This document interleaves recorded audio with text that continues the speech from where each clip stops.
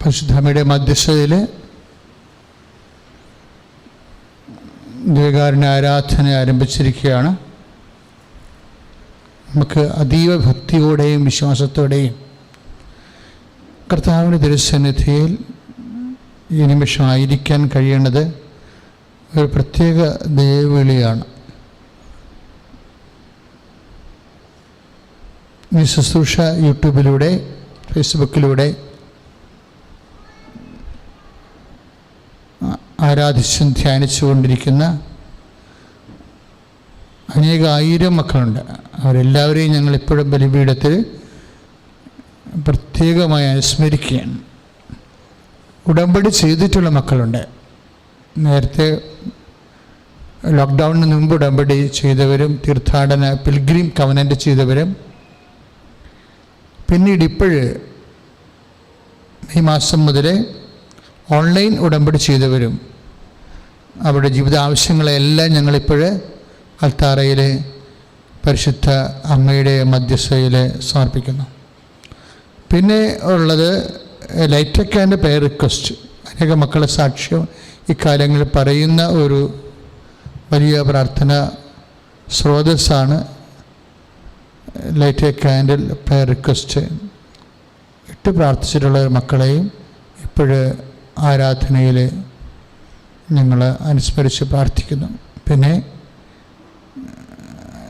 കൃപാസനത്തിൻ്റെ ഏതാണ്ട് 6 ഫോണുകൾ രാത്രിയും പകലുമായിട്ട് ജനങ്ങളുടെ ജീവിത ആവശ്യങ്ങൾ കേൾക്കുന്നതിന് വേണ്ടി ക്രമീകരിച്ചിട്ടുണ്ട്. ആ ഫോണിലേക്ക് എല്ലാം വന്നുകൊണ്ടിരിക്കുന്ന പ്രാർത്ഥനാ സഹായങ്ങൾ ഞങ്ങൾ ഒരു രജിസ്റ്ററിലാക്കി, അപ്പം തന്നെ എഴുതി രജിസ്റ്ററിലാക്കി അതാത് ദിവസങ്ങൾ വരുന്ന ആരാധനയ്ക്ക് സമർപ്പിക്കുന്നുണ്ട്. ആ വിഷയങ്ങളെയും ഇതൊന്നും നിസ്സാരമല്ല, ഒരു ജീവിതമാണ്. കാരണം ഒരു അലങ്കോലപ്പെട്ട ജീവിതങ്ങളാണ് ആ രജിസ്റ്ററിലുള്ളത് മുഴുവനും. അത് കാണുമ്പോൾ നമുക്ക് ഭയങ്കര വല്ലാത്ത വിഷമം തോന്നും. മനുഷ്യന്മാർ ആകപ്പാടെ കുറച്ച് കാലം ജീവിക്കുമ്പോൾ എന്തുമാത്രം തടസ്സങ്ങളാണ് ഓരോ മനുഷ്യരും അനുഭവിക്കുന്നത്. എന്തെല്ലാം വ്യത്യസ്തങ്ങളായ രോഗങ്ങളാണ് മനുഷ്യർ. ഗൂഗിൾ മീറ്റിലൊക്കെ വരുമ്പോൾ ഇനി ഗൂഗിൾ മീറ്റിലൂടെ വരുന്നവർ അവർ ഗൂഗിൾ മീറ്റിന് കാത്തിരിക്കുകയും എന്നിട്ട് അപ്പനെ ഇരിക്കണ കസേരയിലൂടെ അല്ലെങ്കിൽ കിടക്കുന്ന ബെഡിലൂടെ ക്യാമറ അങ്ങോട്ട് തിരിച്ച് വെച്ച് അവർ കൃപാസനത്തിലോട്ട് നോക്കി എന്തോ ഒരു അന്തരാളത്തിലാണ് അവരൊക്കെ പ്രാർത്ഥിക്കുന്നത്.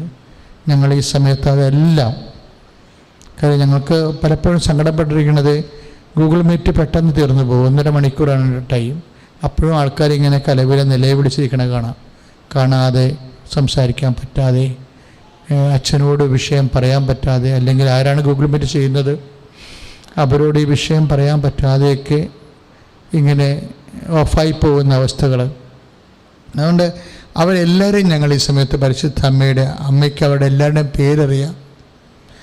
അവരെല്ലാവരുടെയും അങ്ങനെ പ്രാർത്ഥനാ സഹായം എക്സ്പ്രസ് ചെയ്യാൻ പോലും പറ്റാതെ ഗൂഗിൾ മീറ്റിൽ പൊരിഞ്ഞു പോയ ആൾക്കാരുണ്ട്.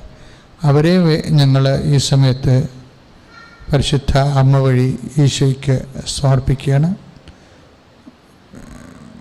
ഇങ്ങനെ എല്ലാ മേഖലകളിലും പ്രാർത്ഥനാ സഹായം ആവശ്യപ്പെട്ടിട്ടുള്ളവരെ എല്ലാവരെയും നമുക്ക് കർത്താവിൻ്റെ തിരുസന്നിധിയിൽ സമർപ്പിച്ചുകൊണ്ട് ഒരിക്കൽ കൂടി സ്തുതിക്കാം. സ്തുതിക്കട്ടെ. ഹല്ലേലൂയ ഹല്ലേലൂയ ഹല്ലേലൂയ ഹല്ലേലൂയ ഹല്ലേലൂയ. യേശുവേ നന്ദി. ഹല്ലേലൂയ ഹല്ലേലൂയ ഹല്ലേലൂയ. യേശുവേ ആരാധന ആരാധന ആരാധന. ഹല്ലേലൂയ ഹല്ലേലൂയ ഹല്ലേലൂയ ഹല്ലേലൂയ. യേശുവേ നന്ദി. ഹല്ലേലൂയ ഹല്ലേലൂയ ഹല്ലേലൂയ ഹല്ലേലൂയ ഹല്ലേലൂയ ഹല്ലേലൂയ. യേശുവേ സ്തുതി. ഹല്ലേലൂയ ഹല്ലേലൂയ ഹല്ലേലൂയ ഹല്ലേലൂയ. ആമേൻ ആമേൻ യേശുനാഥാ.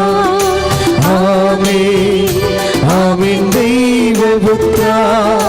ആമേൻ ആമേൻ സർവശക്ത നിത്യപിതാവേ.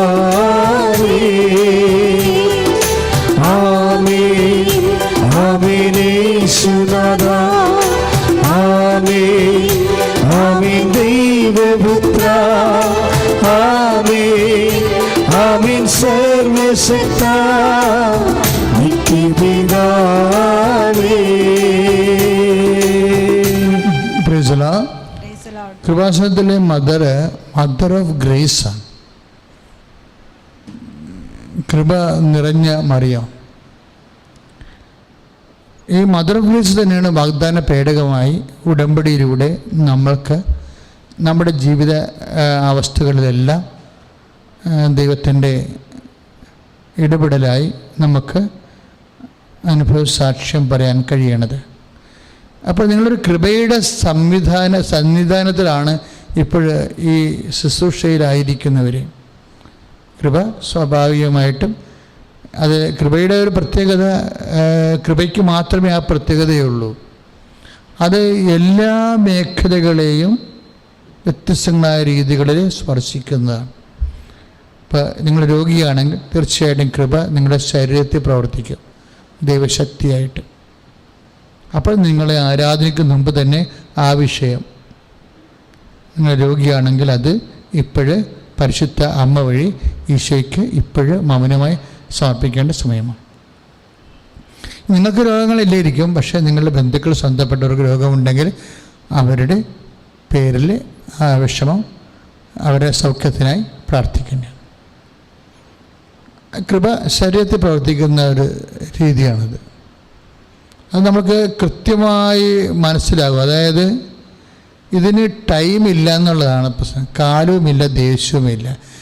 കൃപ കാലാതീതവും ദേശാതീതവുമാണ്. അതുകൊണ്ടാണ് ഭൂഖണ്ഡങ്ങൾക്ക് അപ്പുറത്തുള്ളവർ ഈ സെക്കൻഡിൽ സുഖപ്പെടുന്നത്.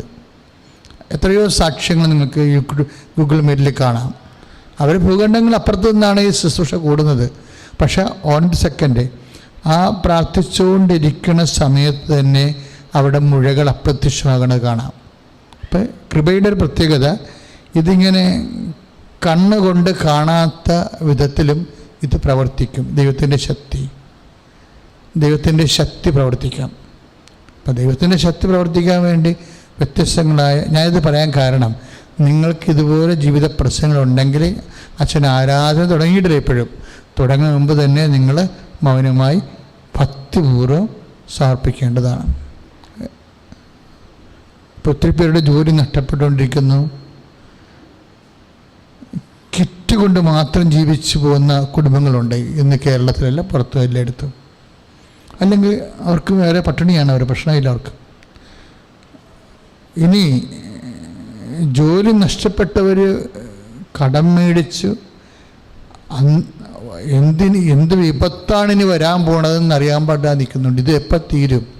ഈ കൊറോണ എപ്പോൾ തീരും? ഇതിൻ്റെ സാമ്പത്തിക തകർച്ചകൾ എപ്പോഴാണെന്ന് അവസാനിക്കണത്? ഇങ്ങനെയൊക്കെ ചിന്തിച്ച് വിഷമിക്കുക.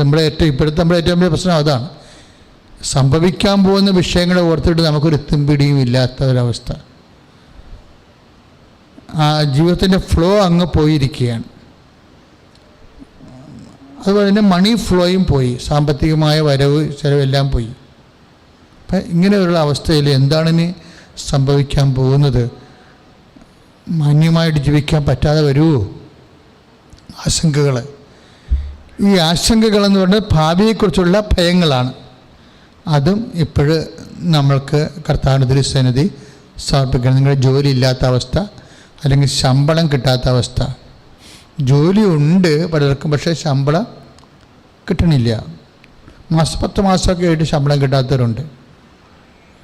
അവരോട് ശമ്പളം ചോദിക്കാതെ മിണ്ടാതെ പ്രാണികളെപ്പോലെ ഏതായാലും ഭക്ഷണത്തിനുള്ള മക കിട്ടുന്നുണ്ടല്ലോ എന്ന് ഓർത്തിട്ട് മിണ്ടാതിരിക്കുന്നുണ്ട്. കാരണം ശമ്പളം ചോദിച്ചാൽ അവർ പറയും നിങ്ങൾ വേണേൽ പോയിക്കൊള്ളാൻ പറയും.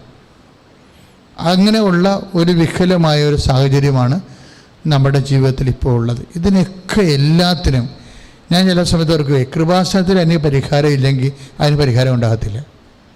എന്താ കാരണം എന്ന് വെച്ച് കഴിഞ്ഞാൽ, കൃപാസനം വർഷങ്ങളായിട്ട് ഇങ്ങനെയുള്ള അഭിഷേക കേന്ദ്രമാണ്. ഉടമ്പടി അമ്മ തരണതിന് മുമ്പ് അമ്മ ഇവിടെ ഉണ്ടായിരുന്നു. ഉടമ്പടി തരുന്നതിന് മുമ്പ് അമ്മ ഇവിടെ ഉണ്ടായിരുന്നു. അമ്മ പ്രത്യക്ഷപ്പെടുന്നതിന് മുമ്പ് അമ്മ ഇവിടെ ഉണ്ടായിരുന്നു.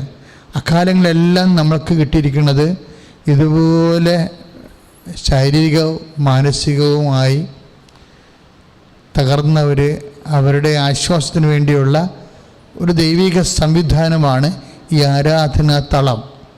അതുകൊണ്ട് തന്നെ എൻ്റെ സഹോദരങ്ങൾ, നിങ്ങളും വിദൂരങ്ങളിൽ എന്നെ ശ്രവിക്കുന്നവരും നിങ്ങളുടെ വ്യത്യസ്തങ്ങളായ വിഷയങ്ങൾ ഇപ്പോഴത്തന്നെ ആരാധനയ്ക്ക് മുമ്പ് പരിശുദ്ധാത്മാവ് ഇതിനൊരു തീരുമാനം ഉണ്ടായി, ഞാൻ കൃപാസനത്താരെ കയറി ഞാൻ ദൈവത്തെ മഹത്വപ്പെടുത്തുമെന്ന് പറയണം. നിങ്ങൾ ഇതിനൊരു തീരുമാനം ഉണ്ടാകും, ഞാൻ കൃപാസനത്താരെ കയറി ഞാൻ പരിശുദ്ധാത്മയുടെ മധ്യസ്ഥയിൽ ഈശോനെ മഹത്വപ്പെടുത്തുമെന്ന് നിങ്ങൾ പറഞ്ഞുകൊണ്ടാണ് ആരാധനയ്ക്ക് നമ്മൾ പോകുന്നത്.